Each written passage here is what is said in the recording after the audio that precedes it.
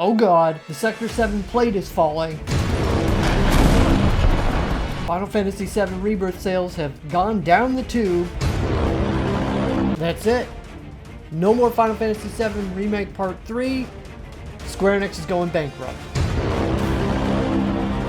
So that's what some people would have you believe. The question though is it actually failing? So we don't have a lot of actual data to go on in regards to the sales of Final Fantasy VII Rebirth at the moment. What we do have are physical Japanese sales. We know that it sold about 262,656 in the first week, and then the second week it dropped by about 90% and ended with 287,138 unit sales. And people were spelling doom and gloom in regards to Final Fantasy XVI's sales when it released in Japan. When Final Fantasy XVI came out, it sold 336,000 copies and had about the same 90% drop in sales the week after. Compare this with the sales of Final Fantasy VII Remake's sales in its first week in Japan, which achieved 702,853. Basically, more than double the sales of both Final Fantasy VII Rebirth and Final Fantasy XVI.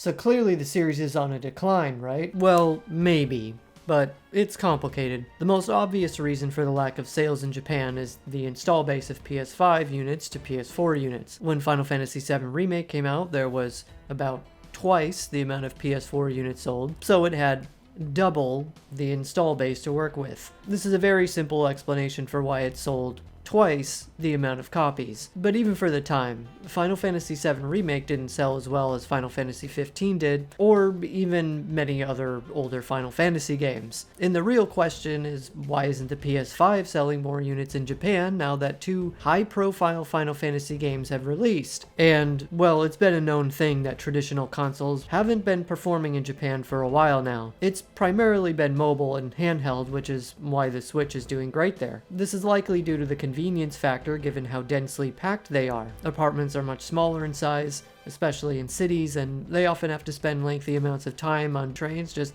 getting to and from work every day. So they don't spend a lot of time at home in their living room, and even when they do, they probably don't have a particularly large TV because they don't have the space for it. Hence, the mobile and handheld market started to replace traditional consoles for gaming. So it shouldn't be a surprise to hear that behind the scenes footage of Final Fantasy VII Remake running on Switch 2. Don't be surprised if Square Enix decides to port Final Fantasy XVI to the Switch 2 as well, and depending on how powerful it is, you might even see them try to cram Final Fantasy VII Rebirth on it as well. There were also those misprinted labels on discs that happened in Japan as well, so maybe a bunch of people canceled their pre-orders last minute to buy digital instead? I mean, they probably didn't find out until after their copy arrived, so it probably didn't affect sales too much, but you never know. Look, we can analyze this piece of data and speculate all we want about how many sales the game actually has and whether this is good or bad, and we can blame it on any number of things. We can blame it on the fact that they've made too many changes from the original game, the fact it isn't turn-based, or the fact that it's only exclusive to PlayStation platforms. Here's what we do know. The first game, Final Fantasy VII Remake that is, has reportedly sold over 7 million, and initially it only had about 3.5 million until they re-released it on PS5 and PC. Now, the original game on PS1 totaled about 10 million at the time. I honestly thought that the remake would sell about that many, to be honest, so it's a bit below my own expectations. And considering that video game budgets are astronomically higher than they ever were when Final Fantasy VII originally released in 1997, it's a bit of a hard pill to swallow when their latest video games are achieving basically the same amount of sales as any typical Final Fantasy game, and arguably even less, as that means less profitability. The series is definitely not in dire straits, but it's certainly becoming less lucrative over time as its growth is being far outpaced by the astronomically large development costs. But that's more of a broader topic on the Final Fantasy series as a whole, so I'm not going to cover all of that in this video. I will talk more about that further down the line though, so you'll want to subscribe to the channel for more on that topic. The other thing that we know is that the latest reports indicate Final Fantasy XVI has sold over 3 million, and Square Enix's response to that was it didn't meet their high expectations, but it seemingly did fine. My guess is it made their money back, but probably not super profitable. So you might be wondering, why were they happy with Final Fantasy VII Remake sales and not as ecstatic about Final Fantasy XVI sales when they were pretty close to the same thing? Well, a couple of reasons. See, I'm also not extremely worried about Final Fantasy VII Rebirth sales. In fact, I definitely did not expect it to sell as well as Final Fantasy VII Remake, and I figured it also probably wouldn't outperform Final Fantasy XVI at launch either. In fact, the reception of Final Fantasy VII Rebirth matters more than the launch sales do. And why is that? Well, first, let's get the obvious out of the way as to why I'm not worried about the sales as much. It's Final Fantasy VII. It's Square's most lucrative property. Cloud and Sephiroth are amongst the most iconic characters not just in the Final Fantasy series, but in all of video games. Hell, Nintendo even put them in Super Smash Bros. Ultimate.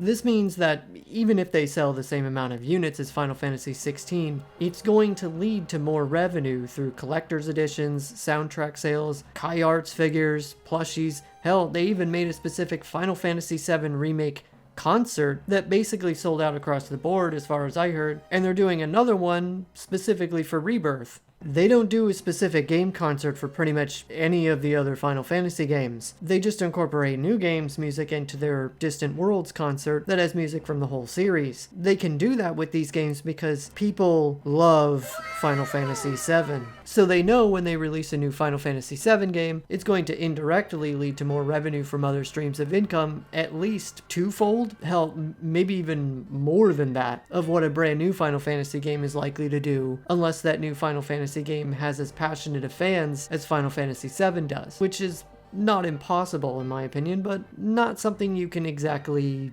expect. The other reason is that, well, each game is just an entry in the larger series. The reason I wouldn't expect Rebirth to sell as well as Remake is because it's expected that, well, you've played Remake first, despite what Square Enix seems to think. And let's be real, no matter how good any given game is, there are always going to be people that simply just won't like it.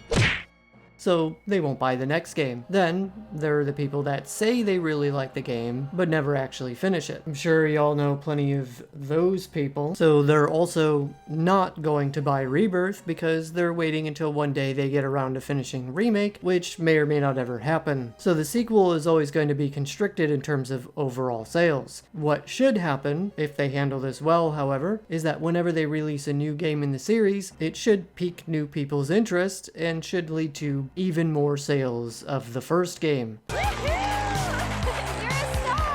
Now, I'm not saying that the sales of Final Fantasy VII Rebirth don't matter. They certainly do, but it's equally as important to look at how it contributes to sales of the first game. They should see an increase in those sales as well. So the reason I'm not so worried about the series goes back to what I said about its reception. The way you create a sales loop back to game 1 is if, well, you impress the fuck out of people that buy the sequel to the point where all they want to do is talk about it all the time and won't shut the fuck up. And looking at the Metacritic score for this game, well, it's the second highest rated Final Fantasy game of all time according to their calculations, so I would say they've done a pretty damn good job. The same thing should happen when the third game comes out as well. If they impress the fuck out of people, more people than ever will be jumping on the bandwagon and getting into the series. I remember when the final Harry Potter film came out. Now, I haven't watched any of the movies for the record, though I've read the first few books, but anyways, Harry Potter was always popular, don't get me wrong, but the fandom for it was like 10 times stronger after the series was finished. Like, people were coming out of the woodworks professing their love for the series in a way that they never did before.